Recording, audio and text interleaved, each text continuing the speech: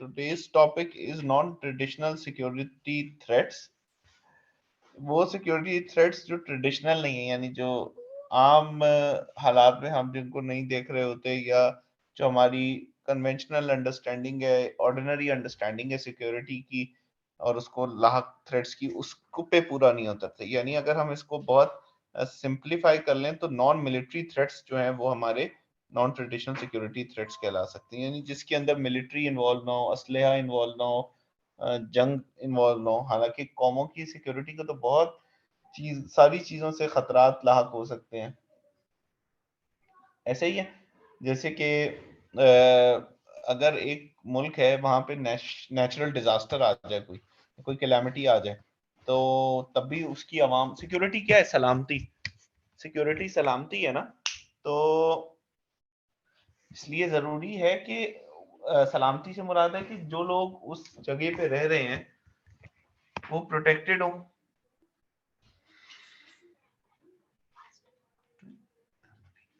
वो उनकी जिंदगी, उनकी सेहत सलामत रहे और वो प्रॉपरली अपने जो है वो उमूर सर अंजाम दे सके। तो ये सिक्योरिटी होती है। अब सिक्योरिटी जरूरी नहीं है कि कोई दुश्मन आए असलहा लेके और आपके ऊपर तान दे और आप किसी मुल्क की आवाम को जो है वो जिच करे। सिक्योरिटी तो कुछ भी हो सकती है। सिक्योरिटी तो ये भी हो सकती है कि किसी मुल्क में कोई कैलामिटी आ जाए, कोई प्रॉब्लम आ जाए और आप जो है वो उस मुल्क के जो हालात हैं उनको खराब कर दें। अब जरूरी नहीं है कि वो हालात तभी खराब होंगे कि कोई दुश्मन बाहर से हमला करे। उस मुल्क की के आप जो है इकोनॉमिकली डिस्टेबलाइज कर लें, तब भी सिक्योरिटी उस मुल्क की कॉम्प्रोमाइज होती है। आप जो है वो वहां पर अफरा तफरी फैला दें, सिविल वॉर स्टार्ट कर दें, तब भी होगा। और इस स्लाइड के को देखते हुए आप लोगों को कौन कौन से सिक्योरिटी थ्रेट्स नजर आते हैं नॉन ट्रेडिशनल मिलिट्री के अलावा? बताइए, चैट बॉक्स यूज कीजिए।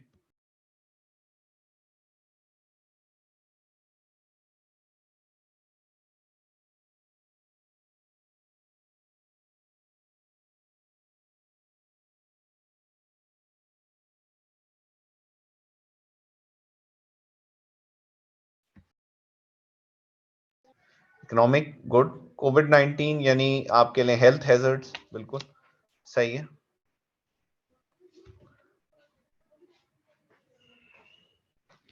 मतलब इतने आसान से सवाल का भी जवाब देते हुए आप लोग इतना हिचकिचा क्यों रहे हैं? प्लीज और लोग बताइए।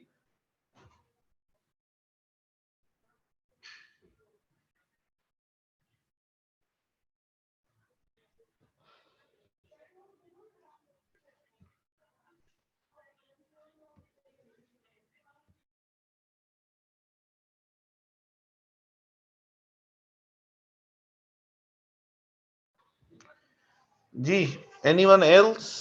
Let's see. Okay, 7 now. COVID-19,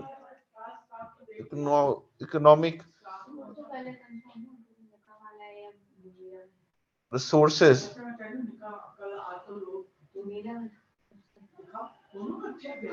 water shortage, food shortage, external pressure का मुझे नहीं पता।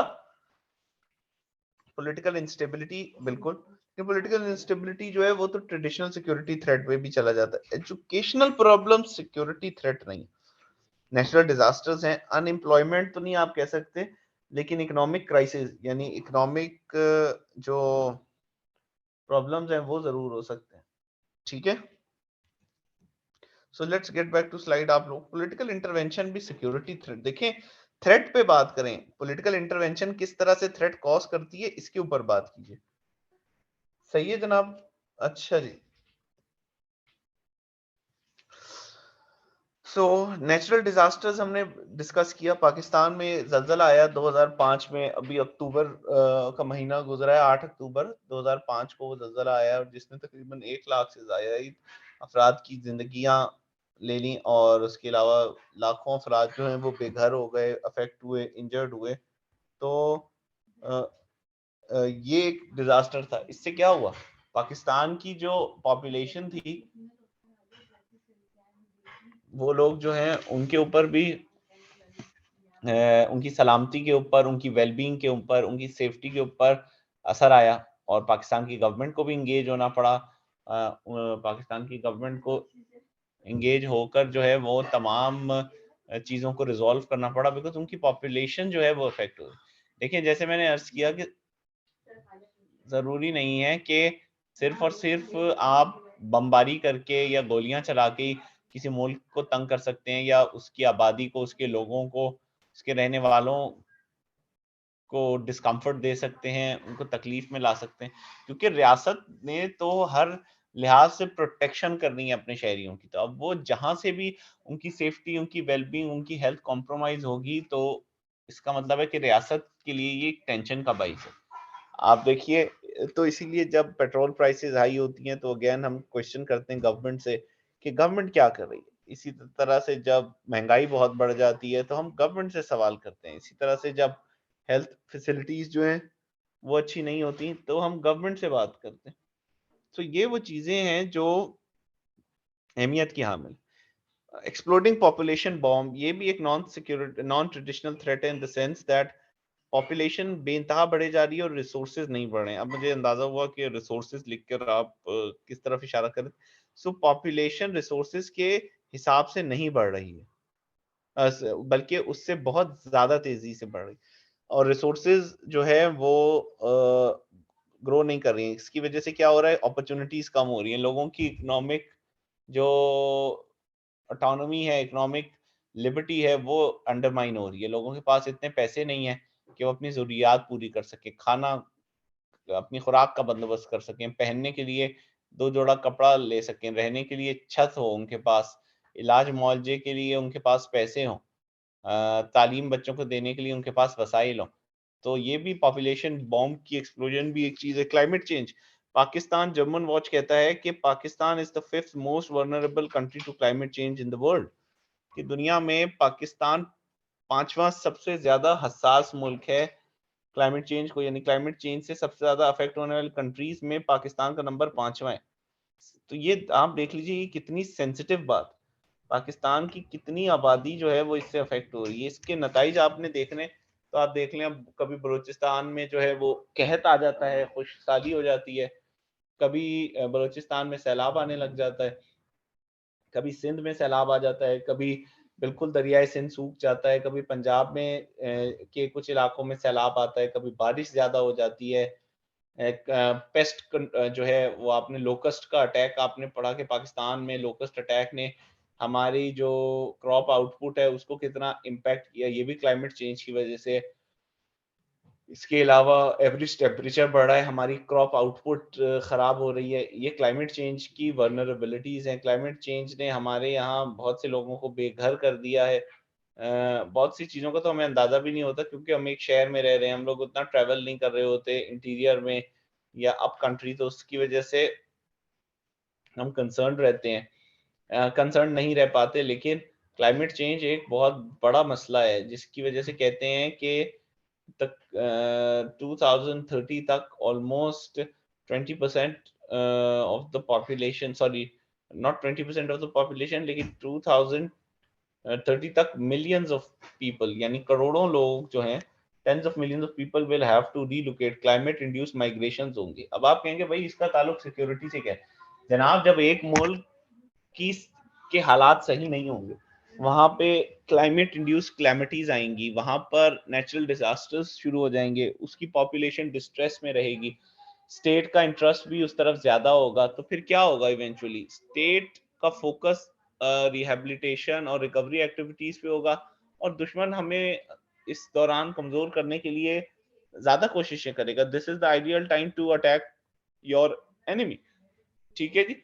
सफरिंग इकोनॉमी, जैसे मैंने आपसे अर्ज किया, हर कुछ इकोनॉमी ड्राइव करता है। इकोनॉमी से मुराद है कि जो कुछ आपकी जरूरियात जिंदगी को पूरा करने के लिए चीजें हैं वो तमाम इकोनॉमी में आती हैं। ठीक है। तो अब अगर गुर्बत ही रहेगी तो मुल्क तरक्की नहीं करेगा, उसका जीडीपी ग्रो नहीं करेगा, उसकी दौलत में इजाफा नहीं होगा, उसकी दौलत में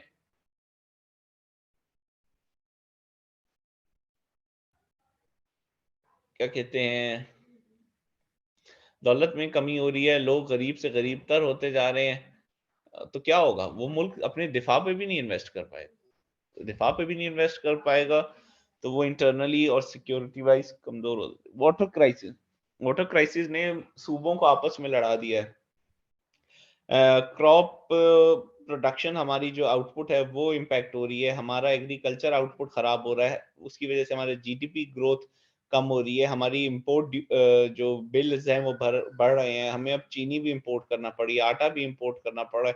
आप अंदाजा लगाएं कि एक एग्रीकल्चरल कंट्री जिसकी तकरीबन 60%, 50 से 60% आबादी एग्रीकल्चर पे रिलायंट है, उसके साथ ये सब क्या हो रहा है। ठीक है जी।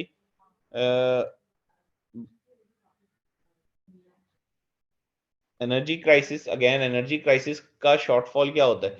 डिस्ट्रेस ऑफ सिटीजंस होता है, इसके साथ साथ इकोनॉमी इंपैक्ट होती है। पाकिस्तान ने पिछले 10 साल मुशर्रफ साहब के शानदार जो 1999 से 2008 का दौर है, उस दौरान भी खैर लोड शेडिंग बहुत बढ़ गई थी, और 2005 ऑनवर्ड्स, तो 2005-6 से लेके 2015-16 तक तो पाकिस्तान के स्याह तरीन दिन थे। पाकिस्तान में बिजली की तवील लोड शेडिंग होती थी, इंडस्ट्री शिफ्ट हो गई, बिजली की कीमतें बेइंतहा बढ़ गई, हमने महंगी बिजली घर लगाए, ऑयल को प्रेफर किया। ये तमाम वजूहात की वजह से क्या हुआ, हमारी इकोनॉमी बुरी तरह बैठ गई और अब वो उठने का नाम नहीं लेती। उसके बाद है लैक ऑफ रिसोर्सेज की बात हो गई, ब्रेकआउट ऑफ डिजीज की भी बात हो गई। कोविड-19 एक ऐसी चीज है। इसी तरह बहुत सारे ममालिक, आप यूरोप में भी पढ़ें तो ब्लैक डेथ यानी जब ब्लैक प्लाग आया, तो यूरोप ने भी में भी बहुत ज्यादा मसाइल रहे और बड़े बड़े एम्पायर्स गिर गए। इसी तरह स्पेनिश फ्लू ने बहुत बड़ा एक किरदार अदा किया मुल्कों को कमजोर करने में, और ये तमाम चीजें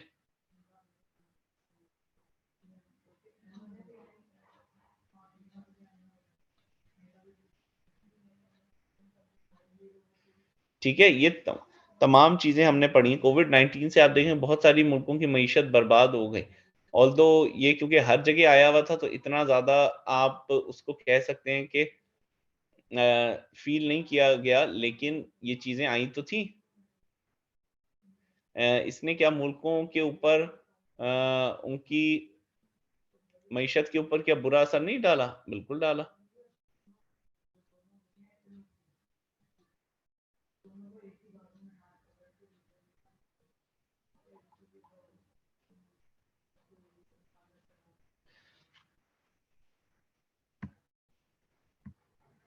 जी, आई थिंक अभी क्वेश्चन आ रहा है, समुद्री पानी आ सकता है। जी, जी, ये ऐसा है, बिल्कुल पॉलिटिकल इंटरवेंशन। ये तो बात है, ये क्लाइमेट डिजास्टर की वजह से ही ना, कि शहर के शहर डूब रहे हैं। इंडोनेशिया का कैपिटल जकार्ता सुना है कि 2030 से पहले जो है वो सबमर्ज हो जाएगा। ये तमाम चीजें बड़ा ट्रिकी रोल प्ले करती हैं। ट्रिकी तो गलत है, बल्कि बहुत डेट्रिमेंटल, आई शुड से, कि डेट्रिमेंटल कंट्रीब्यूशन है इन चीजों का।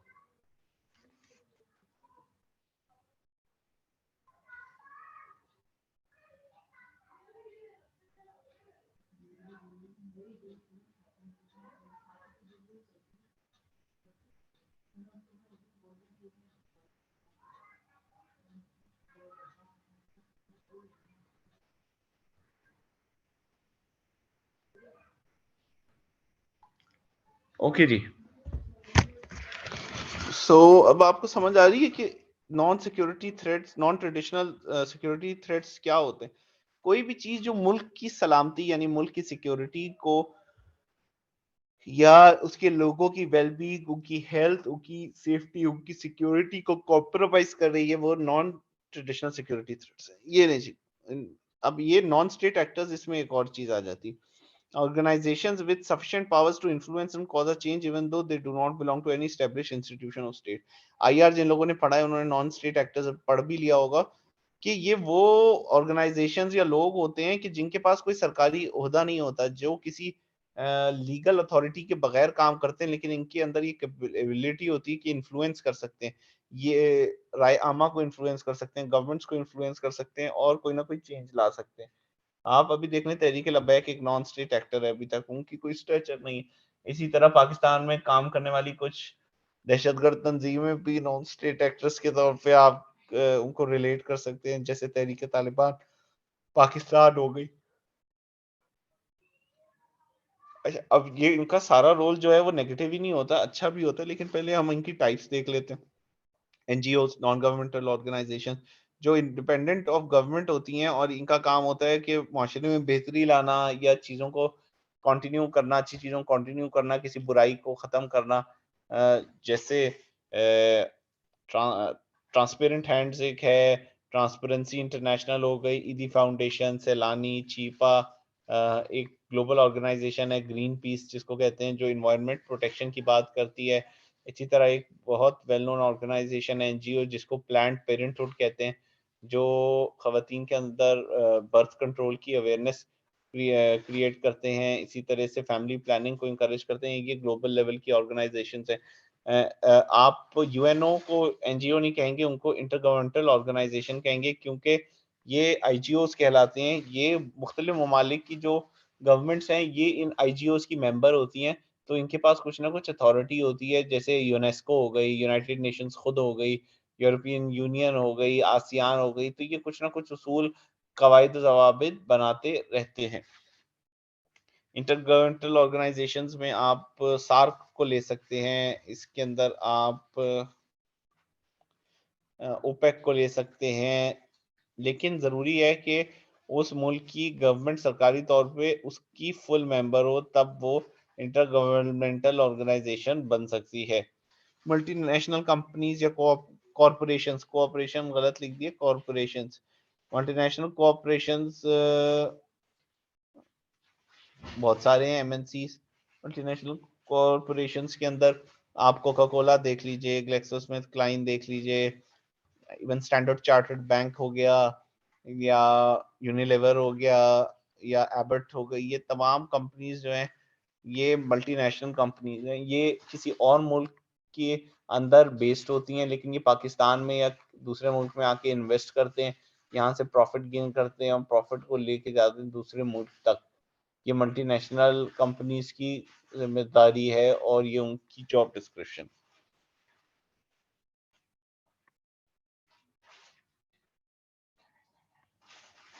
वायलेंट नॉन स्टेट एक्टर्स हो गए, टेररिस्ट ऑर्गेनाइजेशन, जैसे मैंने आपको तहरीक तालिबान पाकिस्तान टेररिस्ट ऑर्गेनाइजेशन है।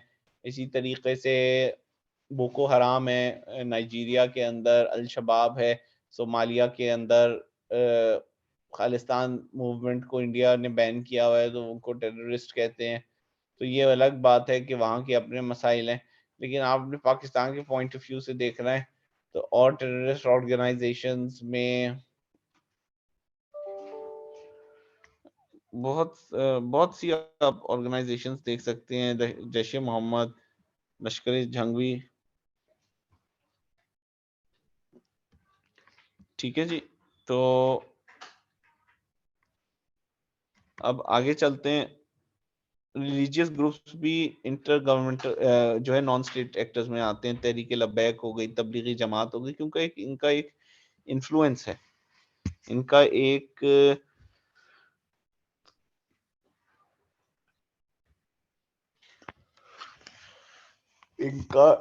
इन्फ्लुएंस है पॉपुलेशन के ऊपर, और ये गवर्नमेंट्स को भी इन्फ्लुएंस कर सकते हैं। जैसे अब आप देखें, तबलीगी जमात बिल्कुल एक पुरअमन जमात है, इनका कोई वो, लेकिन स्टिल इनकी एक स्ट्रीट पावर तो है। ये अगर चाहें तो ऑर्गेनाइज होकर गवर्नमेंट से अपने मुतालबा, ये जैसे सुन्नी तहरीक तो खैर पॉलिटिकल पार्टी हो जाएगी, या कोई भी ऐसी जमात, इवन तहरीक लब्बैक पाकिस्तान जो है, ऑल्दो वो पॉलिटिकल पार्टी हैं, लेकिन बेसिकली तो वो एक रिलीजियस ग्रुप है जो गवर्नमेंट के साथ निगोशिएट भी जिसने किया और प्रेशर ग्रुप बन के बैठा रहा। तो ये वो ऑर्गेनाइजेशंस हैं जो इस्लामिक फंडामेंटलिज्म तो रखती हैं, लेकिन साथ साथ उसकी उसका वायलेंट एक्सप्रेशन करती हैं। ठीक है जी, एनी क्वेश्चन?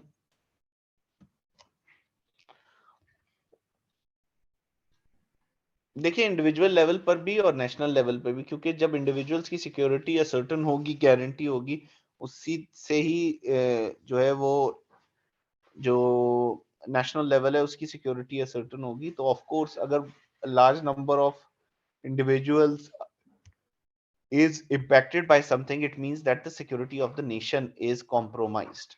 जैसे अब आप देखें कहीं पे सैलाब आ जाए तो 300 लोग भी अगर जान से हाथ धो बैठते हैं तो ये एक बहुत बड़ा लॉस समझा जाता है। अब हम धमाके में कुछ लोगों की जान जाती है तो अब ये तो नहीं कह सकते ना कि इसकी जिंदगी बच गई, ये खतरे में था। तो अब क्योंकि इंडिविजुअल है तो हमें इसकी सिक्योरिटी, इसको राहत सिक्योरिटी थ्रेट के बारे में ज्यादा नहीं सोचना चाहिए। ठीक है जी।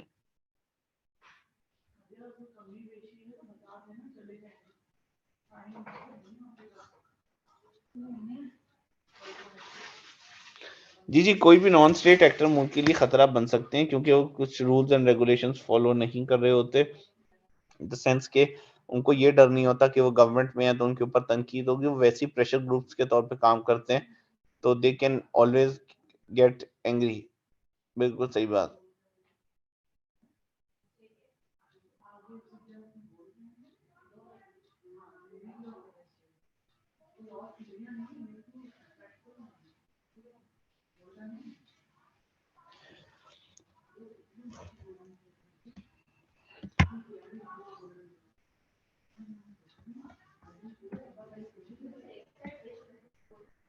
अच्छा जी, moving forward, violent non state actors, हम इनकी बात करते हैं, जैसे terrorist organisation, Daesh, Tehreek Taliban Pakistan, al Qaeda, ये टेररिस्ट ऑर्गेनाइजेशंस हैं, लेकिन ये मजहबी इंतहा पसंद organisation, ethnic based separatist groups. Pashtun Tahaffuz movement लिखा हुआ है, सेपरेटिस्ट ग्रुप तो नहीं कहते वो अपने आप को ऑफिशियली, क्योंकि वो तो कहते हैं हम आईने पाकिस्तान को तस्लीम करते हैं, मगर वो आइडेंटिटी की पॉलिटिक्स करते हैं। कुर्द हो गए, इसी तरह से सिंधु देश तहरीक हो गई, इसी तरीके से मुख्तलिफ ऑर्गेनाइजेशंस जो मुख्तलिफ सूबों में मौजूद हैं, वो लोग कोशिश करते हैं कि सेसीड कर जाएं और टेररिस्ट बन जाएं।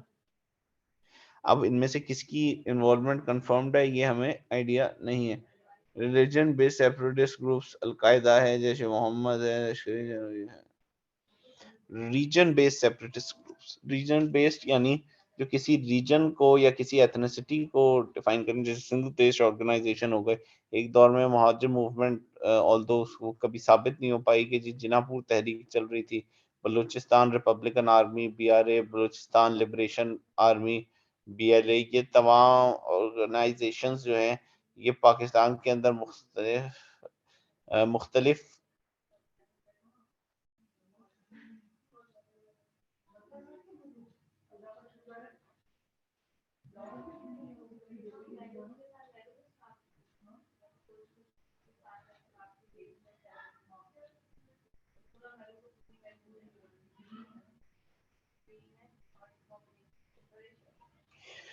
मूविंग फॉरवर्ड, ऐसा नहीं है कि नॉन स्टेट एक्टर्स सिर्फ नेगेटिव रोल ही प्ले करते हैं, इनके बहुत से अच्छे काम भी हैं, ये बहुत पॉजिटिव रोल भी प्ले करते हैं। Intervention for conflict resolution between states, अब नॉन स्टेट एक्टर्स में बहुत सारे जो एक्टर्स हैं ये मुख्तलिफ ममालिक के दरमियान कॉन्फ्लिक्ट रेजोल्यूशन कराते हैं, उनके दरमियान मामलात को हल करते हैं। एनजीओ बैक एंड पे काम कर रही होती हैं। आप देखें जब कश्मीर जब इंडिया के साथ पाकिस्तान के ताल्लुकात इतने ख़राब नहीं थे, लेकिन फिर भी ख़राब थे, और ताल्लुकात को बेहतर करने के लिए फिर जो है वो मुख्तलिफ एनजीओ काम कर रही थी, वो एक दूसरे के साथ कॉमन मिनिमम एजेंडा पे बात हुई, कैसे ममालिक एक दूसरे के करीब आ सकते हैं, कैसे कॉमन एरियाज पे लोगों की लोगों की को करीब लाया जा सकता है, कैसे जो है वो कॉमन और शेयर्ड कल्चरल वैल्यूज को सेलिब्रेट किया जा सकता है। ये हमें याद है कि ये आज से पहले हुआ है।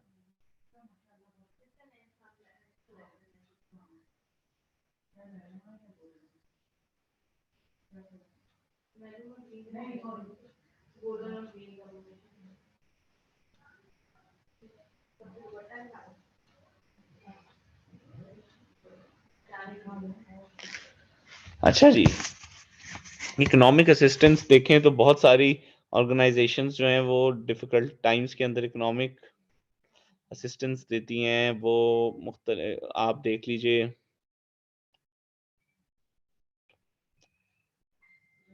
यूनिसेफ हो गई, आप देखिए कि अब यूनिसेफ जो है वो अगर यूएन की ऑर्गेनाइजेशन है तो फिर आप उसको इंटरगवर्नमेंटल कहेंगे, नॉन स्टेट एक्टर नहीं कहेंगे। लेकिन स्टिल नॉन स्टेट एक्टर तो वो होगी बिल्कुल। यूनिसेफ हो गई या फिर आप और ह्यूमैनिटेरियन एड प्रोवाइड करें, UNRWA United Nations relief work organisation जो पैलेस्टीनियन रेफ्यूजीज को देखती है। इसके अलावा मुख्तलिफ ऑर्गेनाइजेशन जो गुर्बत मिटाने के लिए पॉवर्टी इरेडिकेशन की बात करते हैं, फूड एंड एग्रीकल्चर ऑर्गेनाइजेशन हो गई, ये तमाम चीज़ें हो गई। एशियन डेवलपमेंट बैंक पाकिस्तान को और मुख्तलिफ कंट्रीज़ को डेवलपमेंट के लिए कर्जा देता है। NGOs provide opportunities to solve the issues of unemployment. US aid है, United Nations World Food Programme है, यूनिसेफ है, ये लोगों को रोजगार फराहम करते हैं। आप अगर देखें तो इवन छिपा सैलानी भी आप उनको भी एम्प्लॉयमेंट में रख सकते हैं और वो इस कैटेगरी में आते हैं।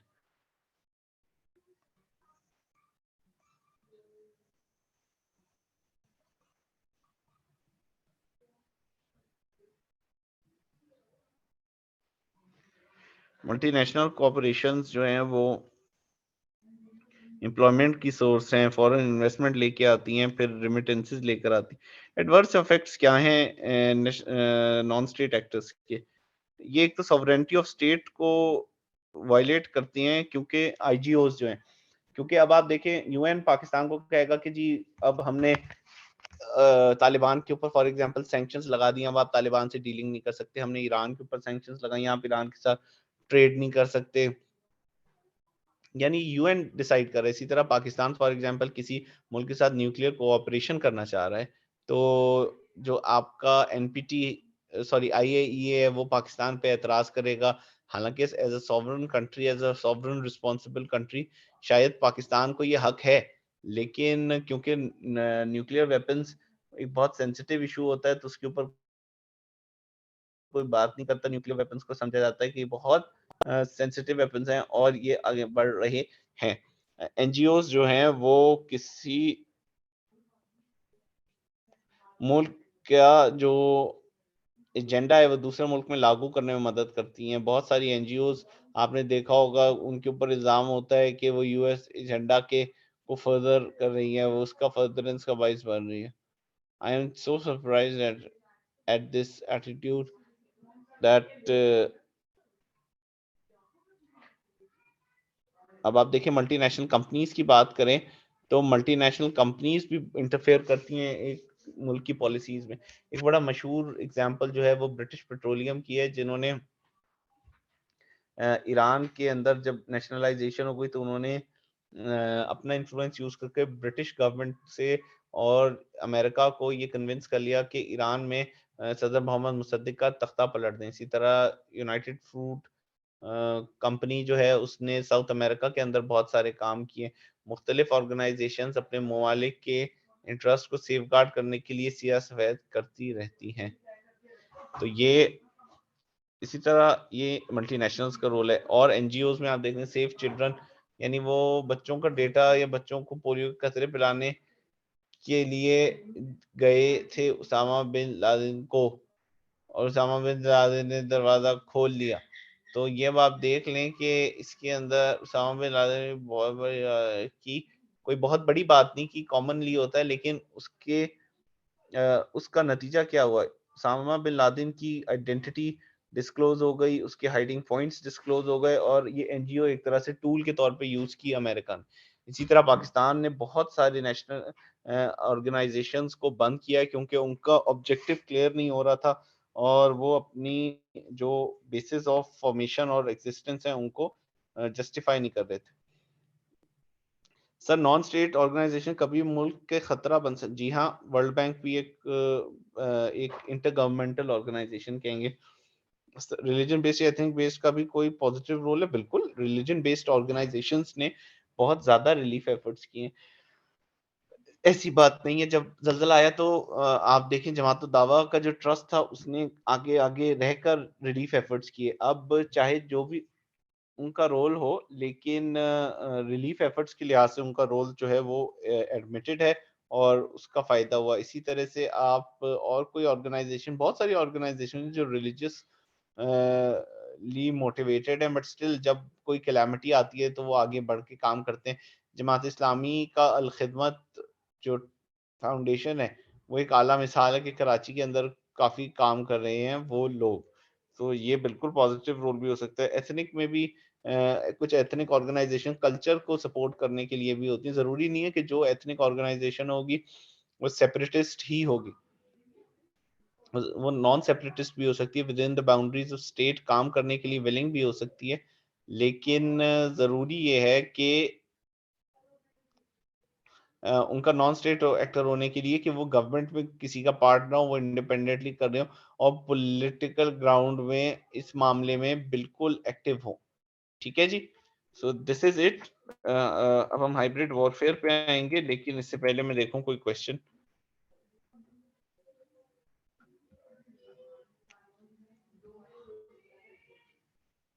जी अहमद रजा, आपका सर मेरा क्वेश्चन ये है कि जैसे वर्ल्ड बैंक है या आईएमएफ है, तो उनका जो प्रेशर है वो भी तो नॉन ट्रेडिशनल थ्रेट्स में आ सकता है ना?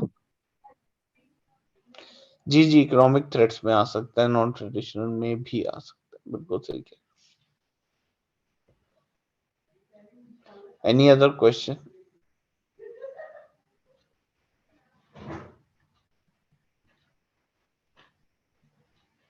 सर ये जो हमारे इकोनॉमिक क्राइसिस हैं, ये हमेशा से हैं और अब तक डील नहीं हो सके। वजह क्या है सर इनकी? क्योंकि आई have seen the water crisis, क्योंकि मेरा बैकग्राउंड थोड़ा सा वहीं से है, बलूचिस्तान से ना। तो हमारे पास पहले गंदम हुआ करती थी, but due to that water problems हमारे पास अभी गंदम रही नहीं करने के लिए। और फिर जो है ना, अगर हम चावल की जो फसल करते हैं सर, उसमें भी 70% पे या 60% पे आबादी होती, मतलब वो होती है, एग्रीकल्चर होती है। बकाया 40% पे due to water shortage and due to water problems वहाँ पे नहीं होती है, और लैंड हमारी जो है ना अभी बंजर होती जा रही है। तो इस वाटर प्रॉब्लम को सॉल्व करने का अब तक कोई तरीका नहीं आएगा? ओके जी, दोबारा से आप अहमद रजा सवाल को अपने अगर समराइज करके पूछें तो फिर मैं। सर मेरा जो है ना सवाल ये था कि ये जो प्रॉब्लम्स हैं ज्यादातर रिसेंट नहीं है, बहुत पहले से ये प्रॉब्लम्स हैं। और ये प्रॉब्लम्स अभी तक इनको डील करने का कोई तरीका नहीं आया, क्योंकि सर वाटर जो शॉर्टेज है वो हमने देखी हुई है, and I have seen our lands जो है ना वो बंजर होते हुए देखे हैं। तो क्या इन वाटर प्रॉब्लम्स को खास तौर पे सॉल्व करने का कोई तरीका अब तक नहीं निकाला, क्या है अभी तो? नहीं, मेरे नजर में नहीं गुजरा कि कोई प्रैक्टिकल प्लान हो। तो ये तो एक प्रॉब्लम है, बिल्कुल आपने सही पॉइंट आउट किया। Did I answer your question or you want a detailed answer, Ahmed Raza?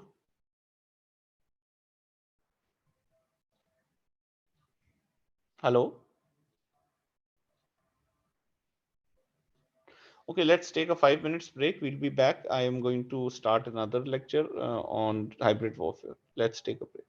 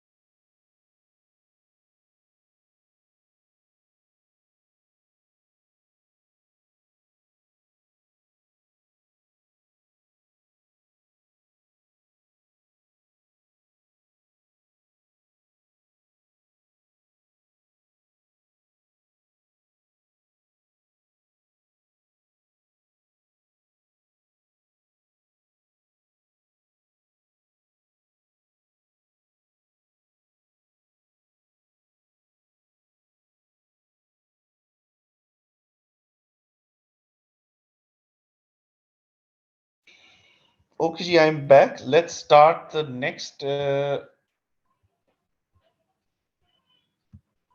slide pack, next topic, and that is hybrid warfare. ये इसी से linked है.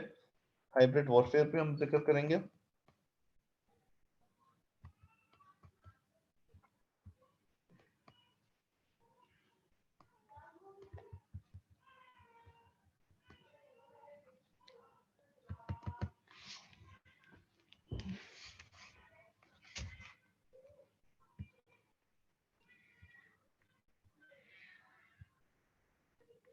Let me know when you are able to see the screen. Hybrid warfare का lecture थोड़ा सा technical भी है, interesting भी है, तो आप लोग जो है वो प्लीज इस पे कंसंट्रेट कीजिएगा. थोड़ा आप लोगों को अटेंटिव होके देखना पड़ेगा. या फिफ्थ जनरेशन वॉरफेयर या हाइब्रिड वॉरफेयर जिसको हम कहते. सर स्क्रीन नजर आ रही है. जी जी, शुक्रिया. तो डिफरेंट जनरेशंस ऑफ वॉरफेयर आप लोगों ने पढ़े होंगे, आपने आजकल मीडिया में भी आया है कि जी फिफ्थ जनरेशन वॉरफेयर आजकल एक्टिव है. इंडिया ने पाकिस्तान के खिलाफ फिफ्थ जनरेशन वॉरफेयर स्टार्ट किया है. फिर हमने कुछ जगहों पे तो बाजवा डॉक्ट्रिन का भी जिक्र पढ़ा कि जी वो फिफ्थ जनरेशन वॉरफेयर को एड्रेस करने की. लेकिन ये जनरेशन ऑफ वॉरफेयर हैं क्या? स्टार्ट करते. देखिए, फर्स्ट जनरेशन, ये आपने इस क्यूब को भी मद्देनजर रखना है क्योंकि ये एक बहुत अहम चीज है. फर्स्ट जनरेशन वॉर जो होती थी उसमें क्या चीजें आती थी, आप देखें एक्स एक्सिस वाई एक्सिस यानी ए बी और सी एक्सिस पे चीजें भी बनी. सबसे पहले हम देखते हैं डोमेन ऑफ कॉन्फ्लिक्ट कैसे डिफरेंट होता था. कि कॉन्फ्लिक्ट यानी किस चीज पे तनाजा होता था, किस चीज पे लड़ाई होती थी, किस चीज पे खिलाफ होता था. तो फर्स्ट जनरेशन के अंदर जो डोमेन ऑफ कॉन्फ्लिक्ट होता था वो लैंड सी या सी सरफेस होती थी. यानी या खुश्की के ऊपर या समंदर के ऊपर लड़ाई होती थी. यानी आमतौर पे खुश्की के ऊपर कब्जा करना होता था या पानी के ऊपर कब्जा करना होता था. अब खुश्की के ऊपर कब्जा करना है तो उसके अंदर सारी चीजें जो जमीन के ऊपर हैं मौजूद वो शामिल हैं. यानी सोने की कानें हो गई, एग्रीकल्चरल लैंड हो गई, घर हो गए, दौलत हो गई, सारा कुछ. और सी के अंदर सी रिसोर्सेज, पानी की चीज शामिल हो. फर्स्ट जनरेशन के अंदर जो नेचर ऑफ एडवर्सरीज था, यानी आपका दुश्मन कौन था, वो भी बर्री या बहरी फौज ही थी. कि आप दुश्मन से भी लड़ते थे, यानी पानी और खुश्की पे रहने वाली फौज से. यानी लड़ने वाला कौन है आपका दुश्मन, पहले कि आपकी दुश्मनी की वजह क्या है, दूसरा आपका दुश्मन कौन है, और तीसरी चीज के ऑब्जेक्टिव्स क्या होते थे उस लड़ाई के. उस फर्स्ट जनरेशन में ऑब्जेक्टिव होता था direct destruction of enemy close military force, annihilation जिसको अगर हम एक लफ्ज में बोलेंगे, यानी फौज, दुश्मन की फौज को मुकम्मल तौर पे तबाह बर्बाद कर देना मकसद होता है. फर्स्ट जनरेशन में क्या तीन चीजें हो गई. एक तो पहली चीज तो ये हो गई कि आप जो है वो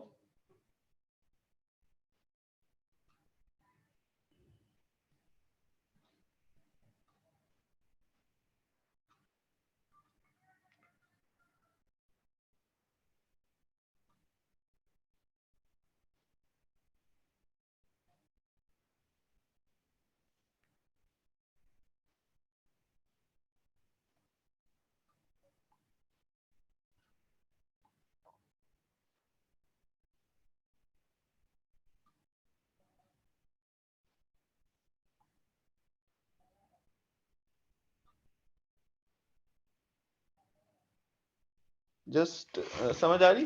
यानी पहली चीज है कि किस चीज पे लड़ाई हो रही है.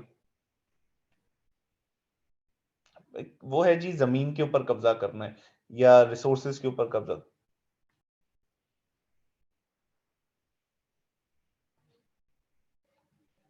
ठीक है.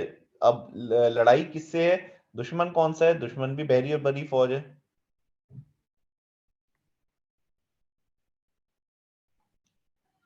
और आपका मकसद क्या है लड़ाई का, आपका मकसद है कि मुकम्मल तौर पर दुश्मन को तबाह कर दिया जाए, ये फर्स्ट जनरेशन वॉरफेयर। अब हमें याद करें तो हमें कौन कौन सी वो लड़ाइयाँ जो असलहे से लड़ी जाती थी, बंदूक का इस्तेमाल होता था, जैसे नेपोलियनिक वॉर्स, नेपोलियन यानी फ्रांस और ब्रिटेन की जो वॉर्स हो गई, या revolutionary Wars, American revolutionary war हो गई, या अमेरिका ने अपनी आज़ादी जैसे हासिल की ब्रिटेन से, वो वॉर हो गई। यानी मकसद क्या है, दुश्मन जमीन को आज़ाद करा देना। सेकंड जनरेशन वॉरफेयर अगेन लड़ी, ये भी सी सरफेस पे ही जाती थी या लैंड सरफेस पे लड़ी जाती थी। ये आप देख रहे हैं, मैं आपको अगर शो कर पाऊं तो आपको पॉइंटर भी नजर आ रहा हो।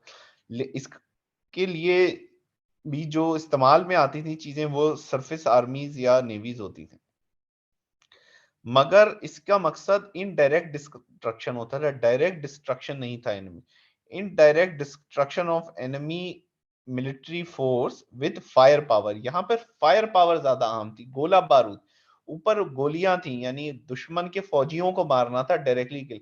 यहाँ पर आई एम सॉरी, डायरेक्टली शायद दुश्मन को मारना भी मकसद नहीं था, उसको तो मारना था ही, लेकिन बिला तफरीक कत्ल था। यानी फायर पावर से, गोला बारूद से दुश्मन का खात्मा कर देना।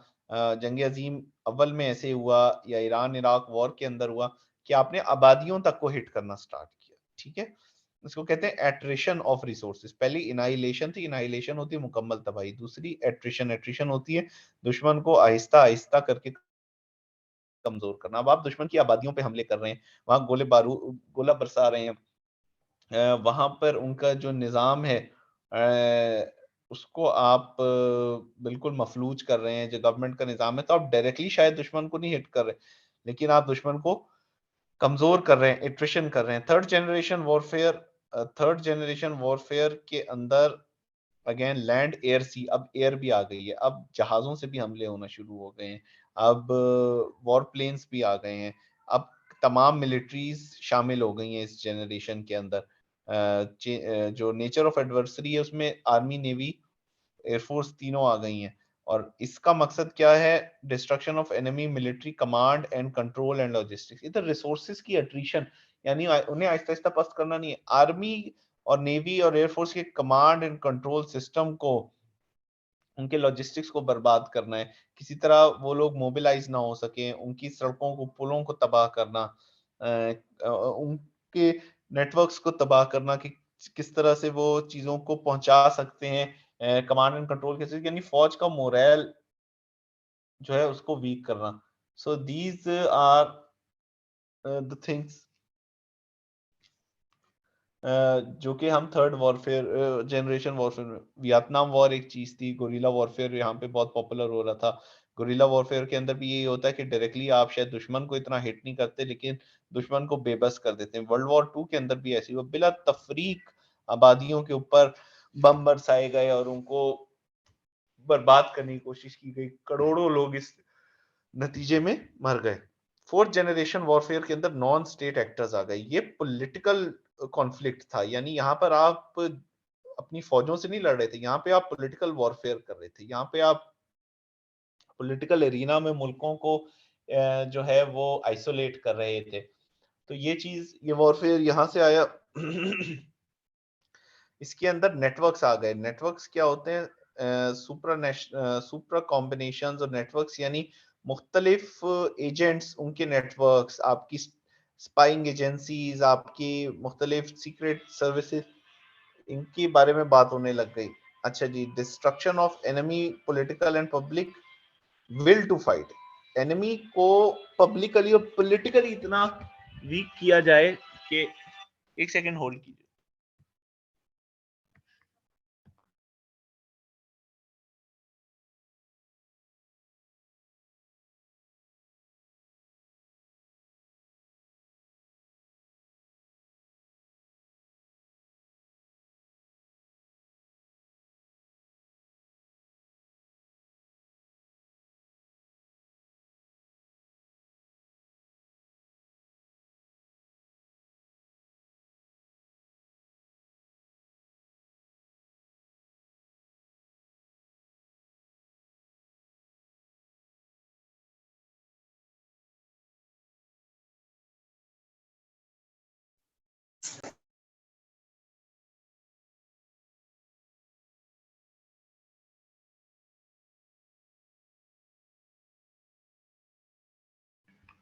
अच्छा जी, वी आर बैक। सो अब हम फोर्थ जनरेशन वॉरफेयर को डिस्कस कर रहे हैं, तो उसके अंदर विल टू फाइट, यानी दुश्मन को आपने साइकोलॉजिकली वीक करना है, यानी लोगों को, उसको पॉलिटिकली आप वीक कर दें। वहां पे जो पब्लिक है उसकी विल टू फाइट को, यानी पब्लिक को ये लगे कि यार मैं क्यों लड़ रहा हूँ, मैं इस मुल्क के लिए क्यों लड़ रहा हूँ, इस मुल्क ने मुझे क्या दिया है, या ये गवर्नमेंट ही खराब है, ये मेरे मेरे हक में नहीं है, ये मेरे साथी नहीं है। ये फोर्थ जनरेशन वॉरफेयर है, यानी इसको कहते हैं एट्रिशन ऑफ विल, यानी विल को कमजोर करें, विल पावर को। देखें, कहा जाता है ना, कौमें हथियार से नहीं अज़्म से लड़ती हैं, तो ये अज़्म को कमजोर करने की साजिश। ठीक है जी। और फिफ्थ जनरेशन क्या है? फिफ्थ जनरेशन पे तो हम अभी आएंगे बड़े आराम से, जिसको हाइब्रिड वॉरफेयर कहते हैं। एक चीज और जो आपको हम बॉक्सेस के अंदर दिखा रहे हैं कि लड़ाई लड़ी किस तरह से जाती थी। तो फर्स्ट जनरेशन के अंदर line and column warfare, kinetic force होती है, यानी मूवमेंट की फोर्स, यानी आप जो है वो हाथ से और पैर से लड़ रहे हैं, पापियादा लड़ रहे हैं। और लाइन एंड कॉलम होता है मेमना और मैसरा, यानी सफ़े बना बना के लड़ना। पहले दौर में आपको याद होगा, आपने द मैसेज फिल्म भी देखी होगी, या आपने ट्रॉय मूवी देखी होगी, या आपने स्पार्टा के ऊपर 100 देखी होगी। तो उसके अंदर क्या होता है, सिपाही आमने सामने होके सफ़े बना के, यानी एक साइड पे दूसरी साइड पे वो सफ़े बना के, कतारें बना के लड़ते हैं। Second generation warfare again kinetic force तो है, मूवमेंट की फोर्स तो इस्तेमाल होती है, लेकिन वो ट्रेंच वॉरफेयर है, वो खंदकों का इस्तेमाल है। खंदक को इस्तेमाल करके लड़ा जा रहा होता है। लोग जो हैं वो छुप के यानी हमले करने की, इसके अंदर सेकंड जनरेशन में आता है। कि आपने देखा होगा ईरान इराक वॉर का भी, आपने अगर स्टडी किया हो 1980 से 90s तक, कि छुप छुप के दुश्मन के ऊपर हमले करना और दुश्मन की आबादियों को, दुश्मन की फौजी ठिकानों को कमजोर करना, और खंदकें खोदना। इवन 1971 की वॉर के अंदर भी ट्रेंच वॉरफेयर हुआ। फिर मैनूवर वॉरफेयर आ गया तीसरे में, यानी अब आपने दुश्मन को ऊंचा देना है, यानी आपने उसको चक्कर देना है, आपने उसको दिखाना कुछ है, हमला किसी और तरीके से करना। ये third generation. Fourth generation insurgent warfare, political force. Again insurgency आपने within the nation develop करनी है, आपने मुल्कों को अंदर से कमजोर करना है, आपने मुल्कों के अंदर कमजोरी की बुनियाद डालनी है, उनको अपने रियासत से बददिल करना है। ये इंसर्जेंट वॉरफेयर है। या इसके अंदर आपने, यानी इंसर्जेंट्स क्या होते हैं कि इंसर्जेंसी होती है, आप अलहदगी पसंदी तो नहीं कहेंगे, आप जारियत पसंदी कह सकते हैं। ठीक है। पांचवा है unrestricted warfare. Fifth generation warfare में नो होल्ड्स बार्ड, किसी किस्म का कोई कंट्रोल, कोई कानून, कोई जाब्ता रहा ही नहीं है, जो मर्जी हथियार इस्तेमाल करें, जो मर्जी तरीकाकार इस्तेमाल करें। ये फिफ्थ जनरेशन वॉर है। इसके अंदर ज्यादातर इंफॉर्मेशन वॉरफेयर है, इसके अंदर फिजिकल वॉरफेयर भी शामिल है, लेकिन cognitive and social warfare, propaganda warfare है। दुश्मन को साइकोलॉजिकली वीक करना है, उसकी एबिलिटी टू थिंक को खराब करना है। अब एबिलिटी टू थिंक क्या है? आप मुल्क के अंदर क्योस फैला दें, अफरा तफरी फैला दें, लोगों को अपनी रियासत से बागी कर दें, तो वो हो जाएगा। तो फिफ्थ जनरेशन के अंदर सुप्रा कॉम्बिनेशन बन जाते हैं। सुप्रा कॉम्बिनेशन क्या है?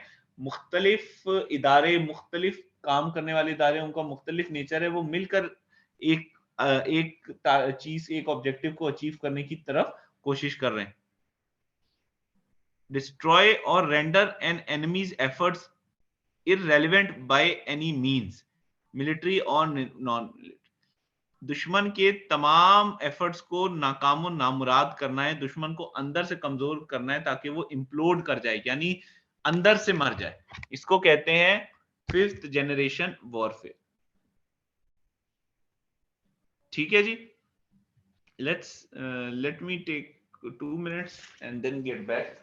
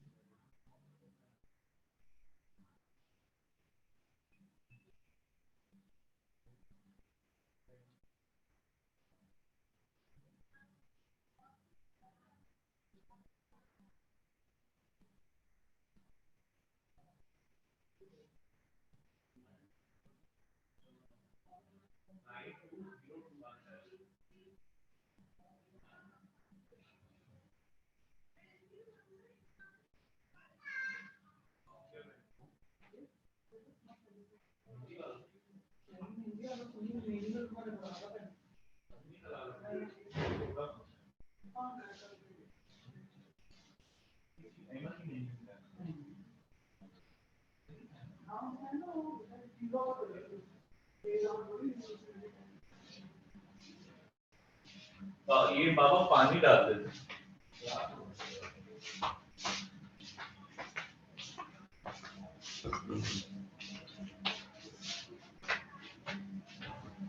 ओके जी, नेक्स्ट इज हाइब्रिड वॉरफेयर। जैसे मैंने आपको कहा ये बड़ी मशहूर एक स्लाइड भी है, क्योंकि हमारी लेक्चर्स के अंदर भी ये बड़ा अब पॉपुलरली आने लग गई है। तो this is hybrid warfare. Hybrid warfare is the collection or is the combination of conventional warfare and all other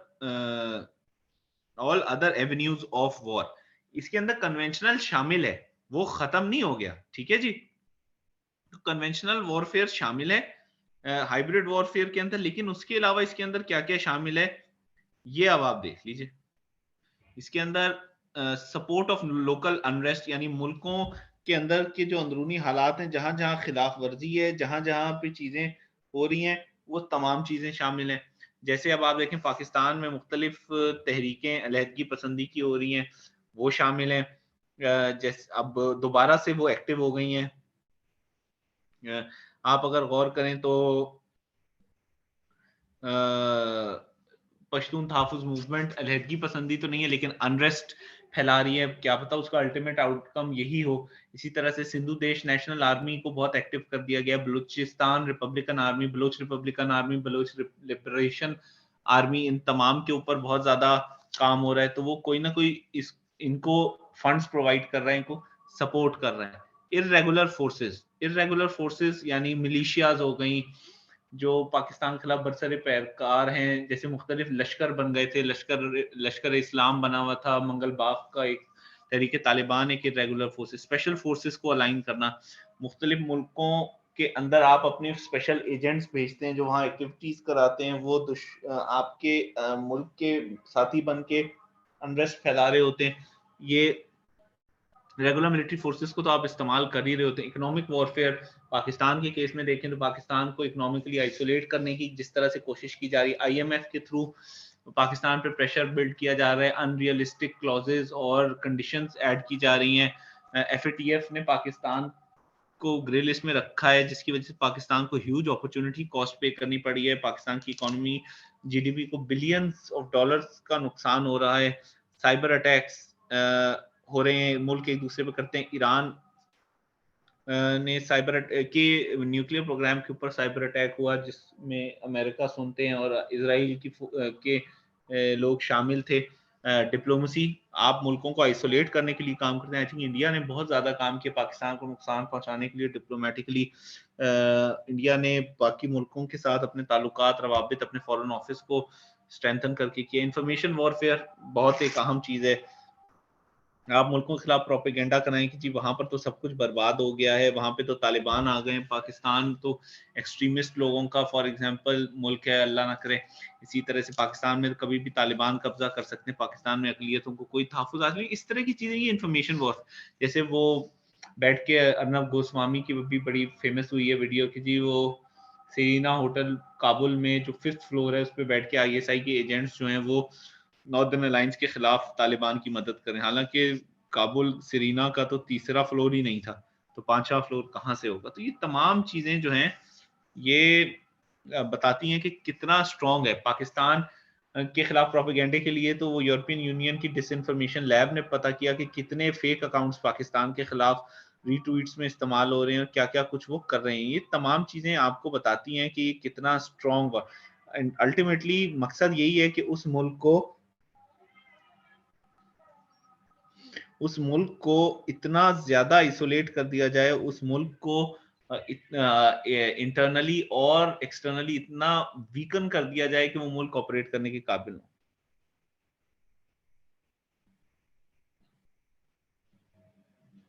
ठीक है जी, तो ये आपको समझ आ रही होगी।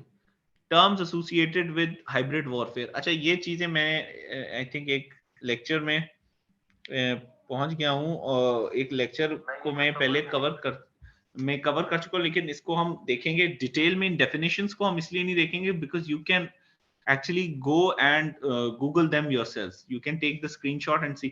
Non linear conflict ये होता है कि फौज के मुकाबले में उसी तरह की फौज ना आए, यानी बराबरी का मुकाबला ना हो, लीनियरिटी ना हो, यानी अगर अगर बड़ी फौज लड़ी यानी आर्मी लड़ी है तो आर्मी से आर्मी ना लड़े, एयरफोर्स से एयरफोर्स ना लड़े, मगर मल्टी डायमेंशनल कॉन्फ्लिक्ट हो, यानी सिर्फ आर्मी ना लड़े, सिर्फ एयरफोर्स ना लड़े, सिर्फ नेवी ना लड़े, बल्कि तमाम लोग मिलके लड़े, नॉन स्टेट एक्टर्स उसके अंदर शामिल। इरेगुलर वॉरफेयर ऐसा वॉरफेयर जिसकी कोई डायमेंशन आप डिफाइन नहीं कर सकते, फिक्स नहीं कर सकते, इसके अंदर मुख्तलिफ चीजें शामिल हैं। Non kinetic warfare, non kinetic होता है कि जिसके अंदर फोर्स, फिजिकल फोर्स का इस्तेमाल जरूरी ना हो, इसको नॉन काइनेटिक वॉरफेयर कहते हैं। ठीक है जी, नॉन काइनेटिक वॉरफेयर यानी जिसके अंदर फिजिकल फोर्स या मशीन की फोर्स के अलावा कोई चीज शामिल हो। ठीक है,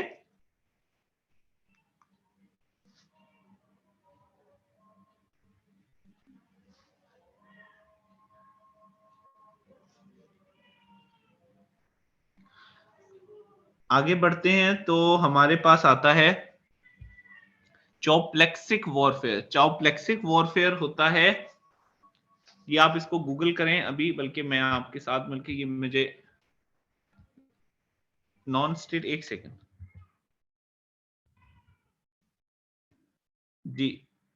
चौप्लेक्सिक वॉरफेयर अगेन नॉन लीनियरिटी होती है, सेल्फ ऑर्गेनाइजेशन और इमरजेंस, यानी ये भी एक नॉन लीनियर वॉरफेयर की एक टाइप है जिसके अंदर लोग अपने आप को खुद ऑर्गेनाइज करते हैं कि ये इट इज द नेटवर्क, और it is that of the network the distributed model of information exchange perhaps embodied by the internet, यानी इंटरनेट बेस्ड साइबर वॉरफेयर का एक आप कह लें टूल है चौप्लेक्सिक वॉरफेयर। ठीक है जी, कूल वॉर एक होती है, कोल्ड वॉर एक होती है, वार्म वॉर एक होती है, कूल वॉर। कोल्ड वॉर यानी जिसमें दुश्मन आपस में ना लड़े हो, एक दूसरे को डायरेक्टली नुकसान ना पहुंचा रहे हो, बल्कि एक दूसरे की इत्तेहादियों के साथ लड़े, मैं आपसे बात ही नहीं कर रहा, ये कोल्ड वॉर है। दो लोग आपस में नहीं बात कर रहे थे, हम कहते हैं ये कोल्ड वॉर।